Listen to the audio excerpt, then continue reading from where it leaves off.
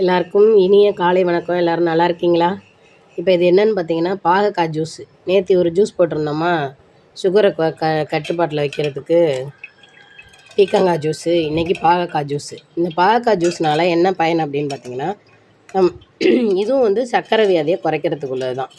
அது மட்டும் இல்லாமல் இதில் வந்து வைட்டமின் ஏ மற்றும் மெக்னீஷியம், பொட்டாசியம் இதெல்லாம் இருக்குது. அப்புறம் பார்த்திங்கன்னா இதில் வந்து நம்ம ரத்தத்தில் உள்ள சர்க்கரையையும் இது குறைக்குது. பாகக்காயில் ஆன்டி ஆக்சிடென்ட் இருக்கிறதுனால நம்ம உடம்பில் நோய் எதிர்ப்பு சக்தியை உருவாக்குது. அப்புறம் வயிற்றில் உள்ள பூச்சி இதெல்லாம் நம்ம உடம்புலேருந்து இதை அழிச்சிரும்.